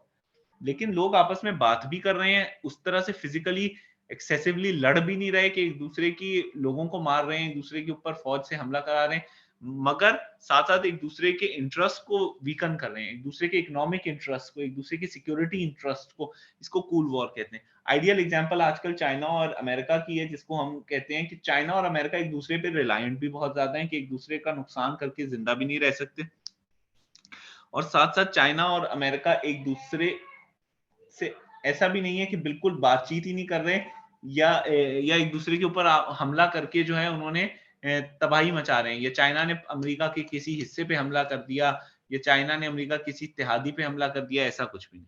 कंपाउंड वॉरफेयर यानी कंपाउंड में बैठ के लड़ी जा रही हो, यानी आपको उसके लिए फ्रंट पे आने की जरूरत नहीं है, अपने आप को एक्सपोज करने की जरूरत नहीं है, ये बैक स्टेज पे रहकर ये वॉरफेयर। स्ट्रेटेजिक टेररिज्म, स्ट्रेटेजाइज करके जो है वो आप मुल्कों को लॉन्ग टर्म में नुकसान पहुंचाएं। जैसे इंडिया के बारे में कहा जाता है कि उन्होंने बड़ी मेहनत से, उन्होंने बहुत मेहनत से पाकिस्तान के खिलाफ प्रोपेगेंडा किया है, पाकिस्तान को स्ट्रेटेजिकली नुकसान पहुंचाने की कोशिश की है। This is strategic terrorism. ठीक है जी, नो वॉर नो पीस, यानी जब तक वॉर ही नहीं होगी तो पीस कहां से आएगा, ये भी एक थ्योरी है कि जी ना यहाँ पे जंग लड़ी जा रही है, ना यहाँ पर अमन है, यानी ये एक दरमियानी सा सिनारियो, ये बड़ा एक नाजुक सी सूरत हाल हो जाती है कि ना किसी जगह पे अमन है ना किसी जगह पे। अब आप देखें पाकिस्तान और इंडिया के दरमियान कोई वॉर तो नहीं चल रही, लेकिन अमन भी नहीं है, दोनों के दरमियान ताल्लुकात भी, अच्छा सब कन्वेंशनल कॉन्फ्लिक्ट यानी लड़ाई हो, एक मुल्क दूसरे मुल्क के तैयारे गिरा दे, उसके ऊपर हमला कर दे, उसके ऊपर टैंकों से चढ़ाई कर दे, उसके ऊपर आप दोजों से हमले कर दे, ये conventional war. Non conventional warfare यानी फिफ्थ जनरेशन, लेकिन सब कन्वेंशनल है कि उसमें लड़ाई झगड़ा यानी काइनेटिक फोर्स भी इस्तेमाल हो रही है, लेकिन स्ट्रेटेजिक पावर भी यूज हो रही है। कोवर्ट ऑपरेशन, सीक्रेट ऑपरेशंस को कहते हैं। इरेगुलर वॉरफेयर, अगेन बात हो चुकी है। गुरिल्ला वॉरफेयर होता है, गुरिल्ला होते हैं जो छुप कर हमला करें। एक तो इरेगुलर फोर्स होती है गुरिल्ला की, और वो छुप कर हमला करते हैं एक ऑर्गेनाइज फोर्स पे, और उनका मकसद उस फोर्स को हराना नहीं होता, बल्कि उसके हौसले पस्त करके उसको भाग जाने पे मजबूर कर। तालिबान ने गुरिल्लास की तरह से लड़ाई की, या वियतनाम में अमेरिका को गुरिल्लास ने हराया। तो गुरिल्लास अगर सामने आके लड़ेंगे तो बहुत जल्दी खत्म कर दिए जाएंगे, क्योंकि दुश्मन जो उनके एडवर्सरीज हैं उनके पास तो गन पावर भी है, उनके पास एयर पावर भी है, लेकिन गोरिल्लास फिर छुप के फौज को मफलूज करके जंग जीतते। अच्छा जी, हाइब्रिड वॉरफेयर को चाइनीज कर्नल ने ऐसे डिफाइन किया, ऑल मींस व्हाटसोएवर, यानी इस जंग में जो कुछ लगा सकते हैं उस जंग के अंदर झोंक दें और दुश्मन को हराया। फिलिप हैमंड कहते हैं, more and more modern warfare will be about people sitting in bunkers in front of computer screens, whether remotely piloted aircraft or cyber weapons. लोग साइबर वेपन्स कंप्यूटर के जरिए इंटरनेट हमले करेंगे, या एयरक्राफ्ट यानी drone से हमले करेंगे, और कंप्यूटर से इन तमाम चीजों को चलाएंगे। अब सामने आके दुश्मन को कोई नहीं दुश्मन से लड़ेगा, क्योंकि ये बहुत रिस्की काम है। फॉल्स फ्लैग ऑपरेशंस इसके टूल में शामिल है, जैसे इंडिया ने किया कि एक जगह आप हमला कर दें, अपनी जगह पे ही हमला करा दें, और फिर कहें कि हमारे दुश्मन ने हम पे हमला कराया और फिर हम इसका बदला लेंगे, और आलमी बिरादरी को अपने साथ शामिल कर लें और कहें कि हम तो अमन के इतने बड़े दाई हैं और हमारे साथ तो इतनी बड़ी ज्यादती हो गई, ये जिसका शाह महमूद साहब बार बार जिक्र भी करते हैं। फॉरेन फंडेड ऑर्गेनाइजेशन, एनजीओ को बहुत ज्यादा यूज करते हैं ममालिक दूसरे मुल्क के अंदर स्पाई करने के लिए, अपने एजेंडा को फर्दर करने के लिए, उस मुल्क का के अंदर उस गवर्नमेंट का इमेज वीक करके दूसरे मुल्क का इमेज बेहतर करने के लिए, ये बहुत सारा कुछ होता है। ऑर्गेनाइज्ड प्रोटेस्ट मूवमेंट्स, आप देख लें कि अभी टीएलपी पे इल्जाम लगाया गवर्नमेंट ने कि जी इनको इंडिया की सरपरस्ती हासिल है। तहरीक तालिबान के बारे में कहा जाता है, ये पश्तून तहफ़्फ़ुज़ मूवमेंट के बारे में कहा जाता है, इनको अफगानिस्तान से और भारत से बहुत ज्यादा सपोर्ट है। तो वो ये वॉरफेयर की टूल्स हैं। एस्पियोनाज, एस्पियोनाज होता है जासूसी, आप दूसरे मुल्कों के राज पता लगाएं। प्रॉक्सी वॉर्स, एक दूसरे के साथ खुद ना लड़ा जाए बल्कि अपने प्रॉक्सीज को लड़ा जाए। प्रॉक्सी होते हैं पिट्ठू, जैसे अब ईरान और सऊदी अरेबिया यमन के अंदर अपने प्रॉक्सीज को लड़ा रहे हैं, यानी एक तरफ हुसी हैं और दूसरी तरफ जो है अबू रबू मंसूर हादी की गवर्नमेंट है। तो ये दोनों आपस में तो कॉन्फ्लिक्ट है, लेकिन असल में तो ये ईरान और सऊदी अरब का कॉन्फ्लिक्ट है जो चल रहा है। ठीक है जी। इंफॉर्मेशन वॉरफेयर पे हम बात कर चुके हैं। सोशल मीडिया का यूज मैंने बताया, डिसइंफॉर्मेशन लैब ने यूरोपियन यूनियन के बताया कि पाकिस्तान के खिलाफ कितने फेक अकाउंट्स बना के प्रोपेगेंडा करें, जाली लोगों के अकाउंट्स बना के कहा जा रहा है हमारे ऊपर जुल्म हो रहा है, या जी ये पाकिस्तान में अकलियतों पे ये हो रहा है, पाकिस्तान के अंदर डेमोक्रेसी नहीं है, पाकिस्तान की फौज के खिलाफ propaganda. Cultural invasion, cultural invasion है कि आप एक मुल्क के कल्चर के अगेंस्ट जो है ना, आप एक पैरेलल कल्चर खड़ा कर दें और कहें कि ये ज्यादा अच्छा कल्चर है, हमें इस तरफ आना चाहिए। पाकिस्तान में 1980s में हुआ कि अरब कल्चर को बहुत ज्यादा फरोग दिया गया। एक दौर में पाकिस्तान में इंडियन कल्चर बहुत ज्यादा आ गया बॉलीवुड मूवीज की तरह। इंडिया इस कल्चरल इन्वेजन का चैंपियन है, क्योंकि इंडिया ने इस पूरे रीजन के अंदर, इवन साउथ अफ्रीका तक में अपनी बॉलीवुड मूवीज, अपने कल्चरल शोज, कल्चरल एक्टिविटी के जरिए अपने आप को बहुत ज्यादा स्ट्रॉन्ग कर लिया है। क्या यूज होते हैं मजीद tools? Regular warfare, economic caution आपको बहुत क्लियरली बता दिया, एफएटीएफ में क्या हो रहा है। आप ये देखिए कि आईएमएफ में क्या हो रहा है पाकिस्तान के साथ। वर्ल्ड बैंक पाकिस्तान को ज्यादा प्रोजेक्ट्स में क्यों नहीं इन्वॉल्व कर रहा? इंडिया अपना मसल यूज करके वर्ल्ड बैंक को, इंडिया ने भाषा डैम से अलहदा करा दिया। पॉलिटिकल सबवर्जन ये है कि साबोटाज कर दें पॉलिटिकल एक्टिविटीज को, पार्टीज को पैसे खिलाए जाएं, या बाज़ औक़ात कुछ लो लेवल फौजियों को पैसे खिलाकर बगावत कराने की भी होती है। इंफॉर्मेशन मैनिपुलेशन, इंफॉर्मेशन को खराब किया जाए। साइबर प्रोग्राम्स ऐसे यूज किए जाएं कि शहरियों के साथ काम खराब किया जाए, शहरियों को बददिल किया जाए रियासत के साथ शहरी, ताकि रियासत की सपोर्ट से हट जाए। सोशल मीडिया का इस्तेमाल हम पहले ही बात कर चुके हैं। पुअर गवर्नेंस, अच्छा अब ये है कि ये तमाम वॉरफेयर तभी कामयाब हो सकता है जब इंटरनली यानी एट होम इसको कामयाब बनाने के लिए फैक्टर्स मौजूद हो। जैसे मैं हमेशा कहता हूं कि हम फॉरेन एजेंट्स और भारत और अमेरिका और इसराइल के ऊपर तो इल्जाम लगा देते हैं, लेकिन जब तक हमारे पास फेवरेबल सिनेरियोज नहीं है कि ये लोग हमारे हालात को खराब करें, कोई पाकिस्तान के हालात को खराब नहीं कर सकता। जैसे आपकी बॉडी की इम्यूनिटी वीक होगी तो आपके ऊपर वायरस और बैक्टीरिया हमला करते हैं। वायरस और बैक्टीरिया तो हर वक्त मौजूद है, लेकिन वो तभी हमला कर सकते हैं जब आपका इंटरनल इम्यून सिस्टम खराब है, तभी आप लोगों के ऊपर बीमारी हमला कर सकती है। ये जैसे हम सारा इल्जाम शैतान पे डाल देते हैं कि शैतान ने मुझे बहकाया और मैंने गुनाह कर लिया, लेकिन शैतान तो सबको बहकाने की कोशिश कर रहा है। कुछ लोग क्यों बहकावे में आ रहे हैं? वो इसलिए क्योंकि उनका अपना नफ्स कमजोर है। So these are all the things. तो अगर गवर्नेंस एक मुल्क की कमजोर होगी, शहरी अपने मुल्क की गवर्नमेंट से ही जो है वो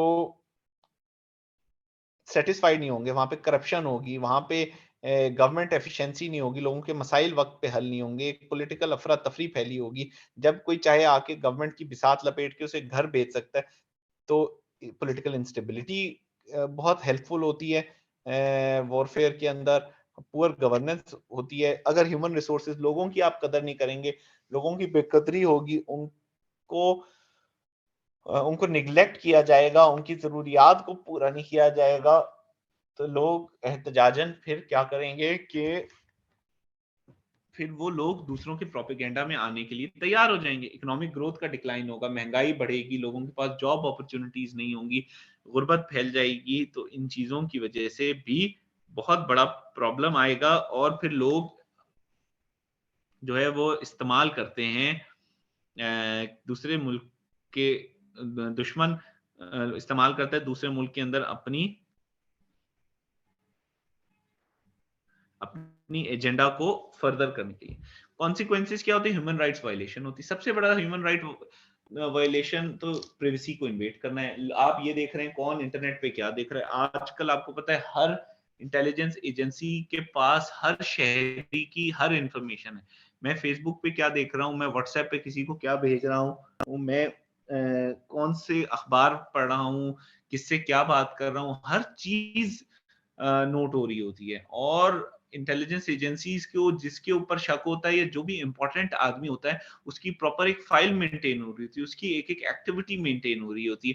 ये क्या है? ये ह्यूमन राइट्स वायलेशन है। राइट टू प्राइवेसी इन्वेड हो रहा है। अभी आपने पेगासस स्कैंडल देखा कि किस तरह से गवर्नमेंट्स जो हैं वो अब आईफोन के अंदर तक घुस गई हैं और शहरी जो कुछ कर रहा है उस आईफोन के जरिए उसकी पूरा एक रिकॉर्ड जो है वो जाकर गवर्नमेंट्स को मिल रहा है। तो ये ह्यूमन राइट्स वायलेशन है।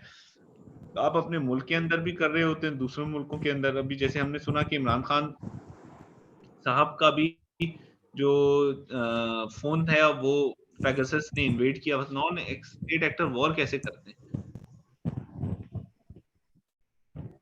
नॉन स्टेट एक्टर वॉर इस तरह से करते हैं जनाब के उनको आप इंकरेज करते हैं, असला देते हैं, उनको प्रोपेगेंडा से उनके ब्रेन वॉशिंग करते हैं, उनको रियासत के खिलाफ खड़ा करते हैं, वो फिर रियासत के खिलाफ हथियार उठा के एक्टिविटीज करते हैं, दहशतगर्दी करते हैं। जैसे बलोच सेपरेटिस्ट ऑर्गेनाइजेशंस, ये नॉन स्टेट एक्टर्स ही हैं और आप देख लो एक वॉर कर रहे हैं। टीटीपी क्या है? नॉन स्टेट एक्टर है और वॉर कर रहे हैं। रेफ्यूजी क्राइसिस आता है जब मुल्कों के अंदर अफरा तफरी, पॉलिटिकल इंस्टेबिलिटी फैलती है, लोग अपनी रियासत के दुश्मन बन जाते हैं, तो रेफ्यूजी क्राइसिस भी आता है। इंफ्रास्ट्रक्चर डेविस्टेट हो जाता है। एक मुल्क की रिसोर्सेज ही अब कहाँ लोगों की तरक्की के लिए इस्तेमाल होने थे, अब तरक्की से ज्यादा जो है वो प्रोपेगेंडा को रोकने के लिए, जंग को कंट्रोल करने के लिए, दुश्मन के अजाइम को नाकाम बनाने के लिए इस्तेमाल होते हैं। नेशनलिज्म बहुत फिर फैल जाता है क्योंकि लोगों को फिर मुतनब्बे किया जा रहा होता है, उनको बताया जा रहा होता है कि भाई दुश्मन आपके ऊपर हमला आवर होने वाला है, आप चौकन्ने रहें, आप एहतियात करें। फिर क्या होता है कि लोग अपने आप को अपनी नेशन के अंदर प्राइड फील कर रहे होते हैं और बाकी जगहों पर जो है वो नेशनलिज्म फैल जाता है दूसरे नेशंस के खिलाफ। जो है वो एक अरसलान साहब आप म्यूट पे चले जाइए प्लीज। दूसरी नेशंस के खिलाफ एक ताज्जुब और एक नफरत का जज्बा पैदा हो जाता है। National disintegration warfare, fifth generation warfare का अल्टीमेट मकसद ये कि अपने घर में आग लगा दी जाए किसी के, उसको इंटरनली वीक किया जाए, लोगों में इत्तेहाद खत्म हो जाए, उनको डिसइंटीग्रेट कर दें, यकजहती को खत्म कर दिया जाए। This is it. पाकिस्तान का केस क्या है जी? पाकिस्तान का इन्वायरमेंट ये है कि अफगानिस्तान में बेइंतहा इंस्टेबिलिटी है। अभी तो जाके थोड़ी सी तालिबान गवर्नमेंट आने की वजह से स्टेबिलिटी आई है, मगर स्टिल तालिबान अभी तक they are unable to get hold of the affairs of the country. China और रशिया की आपस में अलाइनमेंट हो रही है। रशिया चाइना के ब्लॉक में जाकर अलाइन कर रहा है और रशिया रेडी है कि अब चाइना उसको लीड करे और रशिया तमाम तरीके से चाइना को सपोर्ट करे। मिडिल ईस्ट का क्राइसिस वाइडन हो रहा है, ऑल्दो सुनते हैं कि अब थोड़े से हालात बेहतर हुए हैं। कतर, सऊदी अरेबिया, यूएई के हालात बेहतर हो गए हैं आपस में। यमन वॉर में थोड़ी सी ठंडक आई है, लेकिन अभी तक वो वॉर खत्म नहीं हुई है। ईरान और सऊदी अरब का कॉन्फ्लिक्ट वैसे का वैसे चल रहा है। अब्राहम अकॉर्ड्स की वजह से यूएई, बहरीन और जो मोरक्को और सूडान है, ये आपस में अलाइन हो चुके हैं। ईरान और वेस्ट के दरमियान टेंशंस मौजूद हैं। ईरान के ऊपर सैंक्शंस वैसे ही हैं, डोनाल्ड ट्रंप ने जो लगाई थी। पाकिस्तान के बॉर्डर डिस्प्यूट्स जो हैं वो इंडिया से खासकर बहुत ज्यादा चल रहे हैं। इवन अफगानिस्तान में तो अभी स्टेबिलिटी आई है, लेकिन बॉर्डर के इश्यूज तो अभी तक अनसेटल्ड ही हैं। तो ये पाकिस्तान के रीजनल एनवायरनमेंट है कि हर तरफ मसाइल है। और कश्मीर का इशू आर्टिकल 370 की रेवोकेशन के बाद 2 साल हो चुके हैं। कश्मीर में एक तरह से कर्फ्यू का सा आलम है, अभी तक स्टेबिलिटी नहीं आई है। डोमेस्टिक एनवायरनमेंट, ज़रब अज़ब और नेशनल एक्शन प्लान की इम्प्लीमेंटेशन हो रही है। सीपैक जो एक गेम चेंजर है वो है तो, लेकिन सीपैक की रफ्तार बहुत स्लो है। चाइना हमसे नाराज है, इंटरनली सिक्योरिटी हम नहीं उतनी स्ट्रॉन्ग प्रोवाइड कर सके। इंस्टीट्यूशंस की स्ट्रेंथनिंग की बात हो रही है, लेकिन पॉलिटिकल इंस्टेबिलिटी मजीद बढ़ती जा रही है। तीसरी गवर्नमेंट है आफ्टर ट्रांजिशन, लेकिन वो गवर्नमेंट अपने मियाद तो पूरा करने की जानिब गामजन है। चौथे साल में गवर्नमेंट मौजूद है, लेकिन वो गवर्नमेंट की गवर्नेंस के बारे में क्वेश्चंस आ रहे हैं। पॉलिटिकल इकोनॉमिक कंडीशंस बहुत बुरी हैं इस टाइम पाकिस्तान की। तो ये हमारा इंटरनल एनवायरनमेंट है, and this is an ideal environment for the enemy to weaken our country. ठीक है जी। अफगानिस्तान को लोग छोड़ के क्यों जा रहे हैं जी? अफगानिस्तान में उनको, हम इस पे बात वैसे कर चुके हैं, तो आई वुड सजेस्ट कि आप पुराने लेक्चर को देखें। पाकिस्तान की स्ट्रेंथ्स क्या हैं? स्वॉट एनालिसिस अगर हम करें तो डेमोक्रेटिक पॉलिटिकल स्ट्रक्चर है पाकिस्तान का। पाकिस्तान का जो पॉलिटिकल स्ट्रक्चर है वो बहुत अब रोबस्ट होता जा रहा है। ऑल्दो डेमोक्रेसी को हम हाइब्रिड रिजीम गवर्नमेंट कहती है, लेकिन स्टिल एक इलेक्शंस हैं, लोगों के रिप्रेजेंटेटिव्स हैं, लोग अपने नुमाइंदों से सवाल करते हैं। 5 साल बाद इलेक्शंस होने, तो आहिस्ता आहिस्ता पॉलिटिकल स्ट्रक्चर मजबूत हो रहा है। जुडिशरी बहुत असर्टिव है, बहुत ज्यादा शोर करने वाली है, इंडिपेंडेंट है। जुडिशरी कुछ मामलात में स्टेट को ज्यादती करने से मना कर रही है, तो ये चीजें भी एक अच्छी चीज है। पाकिस्तान की जियो स्ट्रेटेजिक लोकेशन एक आइडियल लोकेशन। इंडिया के एक मशहूर सहाफी हैं शेखर गुप्ता, तो उनको मैं कभी कभी सुनता हूँ, तो उन्होंने एक बात बार बार की है, and he also comments on strategic topics. He said, क्योंकि इंडियन है, तो ही सेड पाकिस्तान और इंडिया का कोई मुकाबला ही नहीं है। इंडिया पाकिस्तान से सदियों आगे है, ज्यादा डेवलप्ड है। पाकिस्तान के इंडिकेटर्स इंडिया के मुकाबले बहुत वीक, मगर एक ऐसी चीज है जो पाकिस्तान हमेशा उसको कैश करा देता है, पाकिस्तान के बचाव में आ जाती है, और इंडिया को अगर वो मिल जाए तो कमाल है, और वो है पाकिस्तान की जियो स्ट्रेटेजिक लोकेशन। पाकिस्तान की लोकेशन ऐसी शानदार है कि Pakistan is too important to ignore. जैसे कि पाकिस्तान अफगानिस्तान और सेंट्रल एशियन रिपब्लिक्स के लिए इजीएस्ट राउट है कि वो पाकिस्तान के जरिए गर्म पानी को एक्सेस कर सकें। पाकिस्तान ईरान का पड़ोसी है, ईरान एक बहुत बड़ा हेडेक है अमेरिका के लिए। इसी तरह पाकिस्तान, ईरान, टर्की की आपस की एक्सेस से जो है वो आप यूरोप तक को एक्सेस कर सकते हैं। फिर पाकिस्तान चाइना का बहुत अच्छा दोस्त है। चाइना अमेरिका का सबसे बड़ा चैलेंजर है। चाइना के अंदर कोई ऐसी चीज करानी है जो अमेरिका सैबोटाज, सबवर्जन कराना चाहे, तो पाकिस्तान की फील्ड को वो यूज करना चाहते हैं। ऑल्दो पाकिस्तान इसको बहुत अच्छी तरह मैनेज कर रहा है, इस्तेमाल नहीं हो रहा है, लेकिन again China is India America's biggest adversary, and Pakistan is a friend and a neighbour to China. India के जितने जियो पोलिटिकल एम्बिशन है, पाकिस्तान दरमियान में बैठ के उसको कट ऑफ कर देता है, इतना ज्यादा कि इंडिया तो अफगानिस्तान या ईरान एक्सेस नहीं कर सकता पाकिस्तान के थ्रू जाए बगैर। इसके अलावा सेंट्रल एशियन रिपब्लिक्स को इंडिया जो है वो नहीं कर पा रहा है एक्सेस प्रॉपरली। इसी तरह एससीओ में पाकिस्तान बैठा हुआ है। पाकिस्तान की जियो स्ट्रेटेजिक लोकेशन इंडिया के बहुत सारे अजाइम को नाकाम बनाने के लिए काफी है। अवेकनिंग सिविल सोसाइटी है, सिविल सोसाइटी में बहुत ज्यादा अवेयरनेस आ चुकी है, टॉपिक्स पे बात होती है, औरतों के हुकूक, political rights, political freedom, freedom of judiciary, freedom of press, इस पे बात अब ओपनली होने लग गई है। रिजीम ने बहुत ज्यादा रिस्ट्रिक्शंस पुट की हैं, लेकिन इसके बावजूद अब सिविल सोसाइटी काफी स्ट्रांग है। डिस्पैरिटीज बहुत है हमारे यहाँ, हमारी वीकनेसेस में। हमारे यहाँ इकोनॉमिक डिस्पैरिटी बहुत है, गरीब अमीर का फर्क बेइंतहा बढ़ता जा रहा है। इसी तरह से जो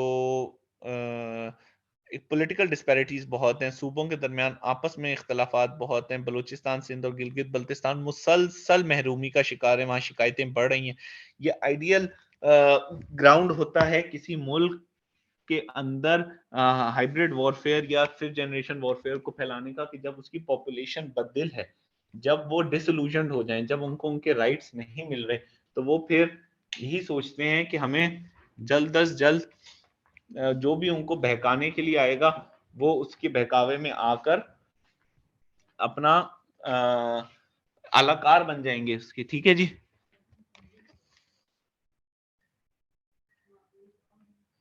फिर है failure to control religious extremism and sectarianism. Pakistan में आए दिन कोई ना कोई ऑर्गेनाइजेशन सेक्टेरियनिज्म या एक्सट्रीमिज्म फैलाना। तहरीक लब्बैक पाकिस्तान को देख लें, कभी कोई ऑर्गेनाइजेशन बैठ के, कभी आप सिपाही साहबा को देख लीजिए, उनके जलसे शुरू हो जाते हैं, कभी किसी और ऑर्गेनाइजेशन के जलसे शुरू हो जाते हैं। आप एक दूसरे के खिलाफ अलल ऐलान जो है वो काफिर काफिर की बातें होती हैं। ये तमाम चीजें जो हैं ये रिलीजियस एक्सट्रीमिज्म को कंट्रोल ना करने की वजह से पाकिस्तान का इमेज खराब हो रहा है और रियासत के अंदर टूट फूट है, शहरी एक दूसरे के दुश्मन बन। ठीक है जी, आगे बढ़े तो वेल स्टैब्लिश्ड फॉरेन स्पॉन्सरशिप। अब तो ये बड़ी स्टैब्लिश बात हो गई है कि बैरूनी ममालिक की सपोर्ट हासिल है तहरीक तालिबान पाकिस्तान को। आईसिस है, BLA है, बलूचिस्तान लिबरेशन फ्रंट है, पश्तून तहफ़्फ़ुज़ मूवमेंट है, और ये ऑर्गेनाइजेशंस पाकिस्तान की इंटरनल सिक्योरिटी को बड़ी हद तक वीक कर रही हैं। पाकिस्तान के अंदर हाइब्रिड वॉरफेयर के ऑब्जेक्टिव्स क्या हैं? इकोनॉमी को डिस्टेबलाइज किया,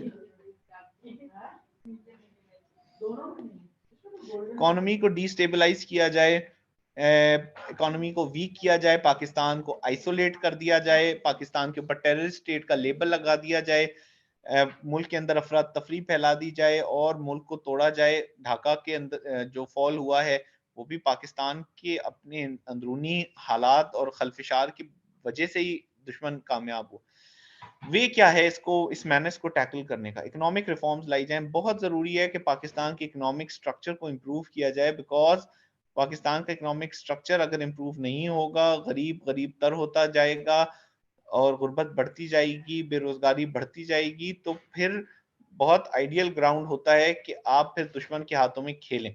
एक स्पेशल टास्क फोर्स बनाई जाए जो इन चीजों को, एक्शन प्लान को ट्रैक करे। नेक्टा को जो है हमें स्ट्रेंथन करना चाहिए। नेक्टा बिल्कुल ही इस टाइम एक डोरमेंट सा इदारा बन के रह गया। इसकी तरफ बात की जाए, trust in country security force, country की सिक्योरिटी फोर्सेस के ट्रस्ट को एस्टेब्लिश किया जाए, उनकी पॉजिटिव इमेज बिल्डिंग की जाए, जो कुछ लोगों को शिकायत हैं उसके ऊपर काम किया जाए, जियोपॉलिटिकल असेसमेंट की जाए कि जो हमें थ्रेट्स हैं उनको कैसे हमने करना है। टेलीकम्युनिकेशन सिस्टम को स्ट्रॉन्ग किया जाए। अभी आपने देखा होगा कि सिम रजिस्ट्रेशन के ऊपर बहुत काम हुआ है। पहले तो कोई भी शख्स किसी भी सिम को खरीद कर उसको यूज कर लेता था। अब इसकी जो है वो मॉनिटरिंग बढ़ाई गई है, इसकी ट्रैकिंग इंप्रूव की गई है, ट्रांसमिशन ऑफ इंफॉर्मेशन को बेहतर किया जाए। डिसइंफॉर्मेशन को खत्म करने का सबसे आसान और बेहतर तरीका यह है कि आप डिसइंफॉर्मेशन को खत्म करने के लिए इंफॉर्मेशन की जो फरामी है उसके ऊपर रिस्ट्रिक्शंस को खत्म करें। हमने सेंसरशिप बहुत ज्यादा इम्पोज कर दी है, हमने लोगों को एजेंट्स कह के मैनिपुलेट करना शुरू कर दिया। इस तरफ ज्यादा बात होनी चाहिए। टेक्नोलॉजिकली एडवांस करें, चीज़ों को इस्टेब्लिश करें, एक्सेस टू इंफॉर्मेशन को आसान करें, एक्सेस टू नॉलेज को बेहतर करें। पाकिस्तान के खिलाफ जो रीजनल और ग्लोबल प्रोपेगेंडा हो रहा है उसको खत्म करने की बात की जाए। दूसरे इंटरनेशनल ऑर्गेनाइजेशंस के साथ टाइज को स्ट्रॉन्ग किया जाए, बायलैटरल ट्रेड और बायलैटरल रिलेशंस को इम्प्रूव किया जाए अपने पड़ोसियों से, ईरान से, इंडिया से, अफगानिस्तान से बात की जाए, पीस का जो कॉमन डिविडेंड है उसके ऊपर बात की जाए, फॉरेन पॉलिसी को बैलेंस किया जाए, प्रो अमेरिका प्रो चाइना की जंग में ना रहा जाए, प्रो ईरान या प्रो सऊदी अरेबिया की इस डिस्कशन को खत्म किया जाए, थिंक टैंक्स और को इम्प्रूव किया जाए, लोगों को इंडिपेंडेंट थिंकिंग स्कॉलरली डिबेट्स की तरफ आया जाए, उन डिबेट्स के थ्रू जो है वो फ्यूचर प्लान को एस्टेब्लिश किया जाए, साइको सोशल एनवायरनमेंट देखें, जिस तरह इंसान की नफ्सियात होती है और अगर वो खतरे का शिकार हो तो इंसान बर्बाद हो जाता है। इंसान इसी तरह से कौमों की भी एक नफ्सियात होती है, अगर कौमों की नफ्सियात के अंदर कोई चीज, कोई गलत फहमी आ गई है तो कौम अपने आप को खुद तबाह कर लेती है। जैसे आप एक इंसान के दिल में शक डाल दें तो वो अपनी नफ्सियात को खुद बर्बाद करके अपने अपने आप को तबाह कर लेगा। वो अपने दुश्मन को तो कुछ भी नहीं कर पाएगा, लेकिन अपने आप को नीस्तो नाबूद कर देगा। इसी तरह से कौमों के साथ भी ये होता है, उनकी भी सोशल साइकोलॉजी ऐसी होती है कि उसको स्ट्रेंथन करने की जरूरत होती है। इंटेलिजेंस शेयरिंग मैकेनिज्म होना चाहिए। हमारे यहाँ तो इंटेलिजेंस एजेंसीज एक दूसरे से इंफॉर्मेशन और इंटेलिजेंस शेयरिंग में बहुत टाइम लगा देती हैं। फाइनल गोल्स और ऑब्जेक्टिव्स के बारे में क्लैरिटी हो और उनको अचीव कैसे करना है इसके बारे में बात हो। ठीक है, यूनाइटेड नेशंस के फोरम को इस्तेमाल किया जाए, इंटरनेशनल ऑर्गेनाइजेशंस के अंदर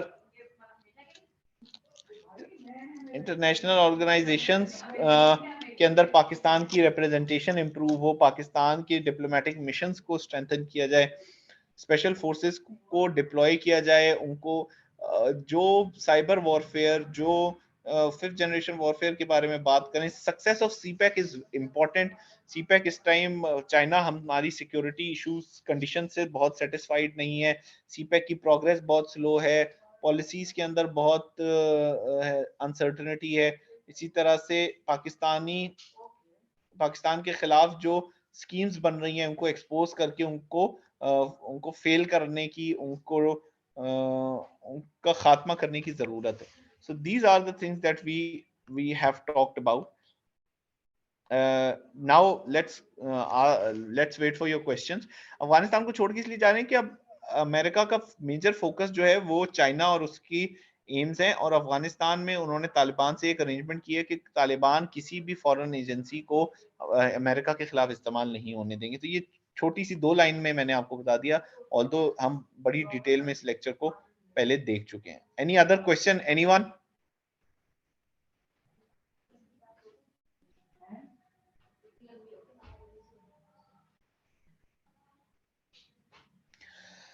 Okay ji, thank you very much. See you tomorrow for those who are going to attend IR's lecture, or next week for others. Thank you.